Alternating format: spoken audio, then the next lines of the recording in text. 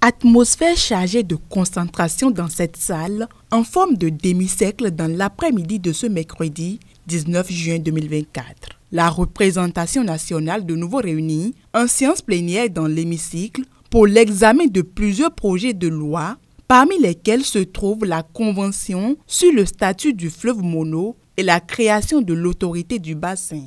Sa ratification permettra à l'État béninois de gérer rationnellement et de façon concertée ses eaux, de réaliser ses ouvrages et projets pouvant avoir un impact significatif sur les ressources en eau du bassin du Mono, de prévenir les conflits et de réaffirmer son engagement à la réalisation des objectifs du développement durable.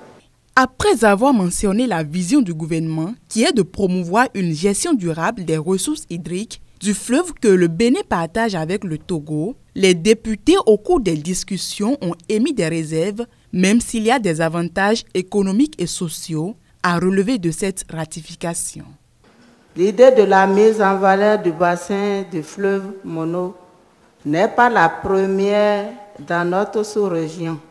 C'est une grande opportunité pour nos deux États frères et un coup de pouce au développement de toute la région traversée par ce fleuve. Sa création est bien, mais il faudra penser alors à son fonctionnement, qui part par la cotisation des pays membres de cette autorité.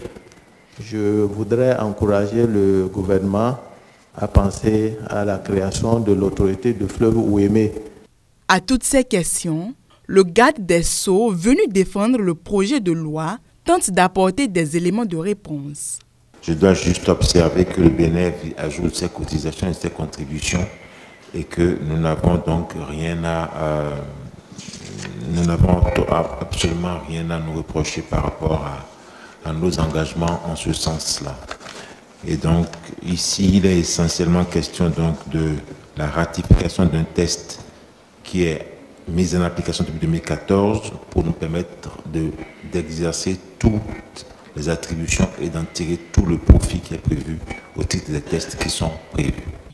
Puis, après tous les élus de la nation présents et représentés ont montré leur volonté à soutenir l'initiative régionale engagée par le gouvernement en vue de la bonne gestion des ressources naturelles.